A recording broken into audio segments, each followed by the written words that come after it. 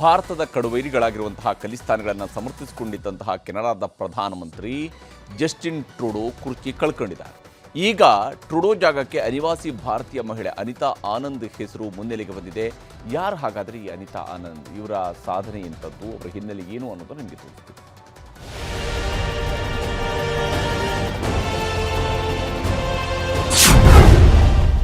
Canada ಆಳ್ವಿಕೆ ಭಾರತೀಯ ನಾಯಕಿ ಕೈಗಾ.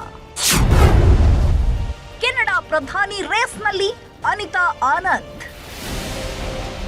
ವಿಶ್ವದ ದೈತ್ಯ ಜಾಲತಾಣ ಗೂಗಲ್ಗೆ ಭಾರತೀಯ ಮೂಲದ ಸುಂದರ್ ಪಿಚೈ ಮುಖ್ಯಸ್ಥರಾಗಿದ್ದಾರೆ. ವಿಶ್ವದ ದೈತ್ಯ ಸಾಫ್ಟ್ವೇರ್ ಸಂಸ್ಥೆ ಮೈಕ್ರೋಸಾಫ್ಟ್ಗೆ ಸತ್ಯ ನಡೆಲ್ಲಾ ಮುಖ್ಯಸ್ಥರಾಗಿದ್ದಾರೆ.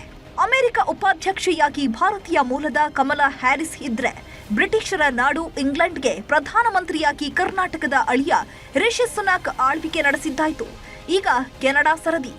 ಎಲ್ಲ ಸರಿ ಹೋದ್ರೆ ಅಂದುಕೊಂಡಂತೆ ಆದ್ರೆ ಕೆನಡಾ ದೇಶದ ಮುಂದಿನ ಪ್ರಧಾನಮಂತ್ರಿ ಆಗಲಿದ್ದಾರೆ ಭಾರತೀಯ ಮೂಲದ ಅನಿತಾ ಆನಂದ್ ಮತ್ತು ಹರ್ನಿರ್ಜೋತ್ ಜಾರ್ಜ್ ಚಾಹಲ್. ಕೆನಡಾದ ಪ್ರಧಾನಿಯಾಗಿದ್ದ ಜಸ್ಟಿನ್ ಟ್ರೂಡೋ 10 ವರ್ಷಗಳ ನಂತರ ಆಳ್ವಿಕೆ ನಡೆಸಿ ಪ್ರಧಾನಿ ಹುದ್ದೆಗೆ ಮೊನ್ನೆಯಷ್ಟೇ ರಾಜೀನಾಮೆ ಕೊಟ್ಟಿದ್ದಾರೆ. ಈಗ ಮುಂದಿನ ಪ್ರಧಾನಮಂತ್ರಿ ಕೆನಡಾಗೆ ಯಾರು ಅನ್ನೋ ಚರ್ಚೆ ಶುರುವಾಗಿದ್ದು, ಕೆನಡಾದ 3 ಹೆಸರು ರೇಸ್ನಲ್ಲಿದೆ. ಅನಿತಾ ಆನಂದ್ ಮೊದಲ ಪಿಎಂ ಅಭ್ಯರ್ಥಿಯಾಗಿದ್ರೆ, ಕ್ರಿಸ್ಟಿಯಾ ಫ್ರೀಲ್ಯಾಂಡ್ ಪ್ರಧಾನಿ ರೇಸ್ನಲ್ಲಿರೋ 2ನೇ ಪ್ರಮುಖ ವ್ಯಕ್ತಿ. 3ನೇ ಅವರು Mark Carney Canada prime minister ರೇಸ್ನಲ್ಲಿದ್ದಾರೆ. ಕೆನಡಾದಲ್ಲಿ 14 ಲಕ್ಷ ಭಾರತೀಯರು ವಾಸವಾಗಿದ್ದಾರೆ. ಇವರಲ್ಲಿ ಅನಿತಾ ಆನಂದ್ ಕೂಡ ಒಬ್ರು. ಆದ್ರೆ ಅನಿತಾ ಇಂದಿರಾ ಆನಂದ್ ಕೆನಡಾದಲ್ಲಿ ತನ್ನದೇ ಛಾಪು ಮೂಡಿಸಿರುವ ಮಹಿಳಾ ನಾಯಕಿ. ಆಡಳಿತ ಮತ್ತು ಸಾರ್ವಜನಿಕ ಸೇವೆಯಲ್ಲಿ ತನ್ನದೇ ದಾಖಲೆ ಬರೆದಿರುವ ಗಟ್ಟಿಗಿತ್ತಿ. ಪೂರ್ಣ ಹೆಸರು ಅನಿತಾ ಇಂದಿರಾ ಆನಂದ್. ವಯಸ್ಸು 57 ವರ್ಷ. ತಾಯಿ ಡಾಕ್ಟರ್ ಸರೋಜಾ, ಪಂಜಾಬ್ನವರು. ತಂದೆ ಡಾಕ್ಟರ್ ಎಸ್.ವಿ. ಆನಂದ್, ತಮಿಳುನಾಡಿನವರು. ಇಬ್ಬರಿಗೂ ಕೆನಡಾದ ನೋವಾಸ್ಕೋಟಿಯಾದಲ್ಲಿ ಅನಿತಾ ಆನಂದ್ ಜನಿಸಿದ್ರು. ಆಕ್ಸ್ಫರ್ಡ್ ವಿಶ್ವವಿದ್ಯಾಲಯ ಸೇರಿದಂತೆ ಅನೇಕ ವಿವಿಗಳಲ್ಲಿ ರಾಜಕೀಯ ಪದವಿ ಮತ್ತು ಕಾನೂನು ಪ್ರಾಧ್ಯಾಪಕಿಯಾಗಿದ್ರು. 2019ರಲ್ಲಿ ಒಕಿವಿಲ್ಲೆ ಕ್ಷೇತ್ರದ ಸಂಸದೆಯಾಗಿ ಆಯ್ಕೆಯಾದರು. 2019ರಿಂದ 2021ರವರೆಗೆ ಸಾರ್ವಜನಿಕ ಸೇವಾ ಸಚಿವೆಯಾಗಿದ್ದರು.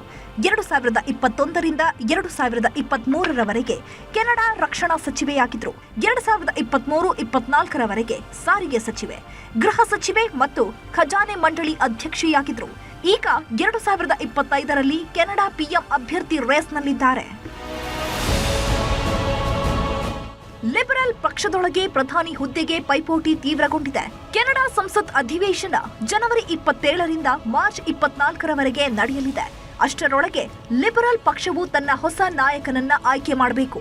ಸದ್ಯ ಕೆನಡಾ ದೇಶವನ್ನ ಯುನೈಟೆಡ್ ಸ್ಟೇಟ್ಸ್ ಜೊತೆ ವಿಲೀನ ಮಾಡಲು ಟ್ರಂಪ್ ತಯಾರಿ ಮಾಡಿಕೊಂಡಿದ್ದಾರೆ. ಜನವರಿಯಲ್ಲಿ ಟ್ರಂಪ್ ಪ್ರಮಾಣ ವಚನ ಸ್ವೀಕರಿಸ್ತಾ ಇದ್ದಂತೆ ಕೆನಡಾವನ್ನ ಅಮೆರಿಕಾದ 51ನೇ ರಾಜ್ಯವನ್ನಾಗಿ ಮಾಡೋ ಘೋಷಣೆ ಮಾಡಿದ್ದಾರೆ. ಈಗಾಗಲೇ ಡೊನಾಲ್ಡ್ ಟ್ರಂಪ್ ಭಾರತೀಯ ಮೂಲದವರನ್ನೇ ಶ್ವೇತಭವನದ ಪ್ರಮುಖ ಸ್ಥಾನಗಳಿಗೆ ನೇಮಕ ಮಾಡಿದ್ದಾರೆ. ಕೆನಡಾ ಅಮೆರಿಕ ರಾಜ್ಯ ಆಗ್ಲಿ ಆಗದಿರಲಿ, ಅನಿತಾ ಇಂದಿರಾ ಆನಂದ್ಗೆ ಡೊನಾಲ್ಡ್ ಟ್ರಂಪ್ ಬೆಂಬಲ ನೀಡೋದ್ರಲ್ಲಿ ಯಾವ ಅಚ್ಚರಿನೂ ಇಲ್ಲ. ಎಲ್ಲದಕ್ಕೂ ಇದೇ ಜನವರಿಯಲ್ಲಿ ಉತ್ತರ ಸಿಗಲಿದೆ. ನೋಡೋಣ ಏನಾಗುತ್ತೆ ಅಂತ. Bureau report, news 18.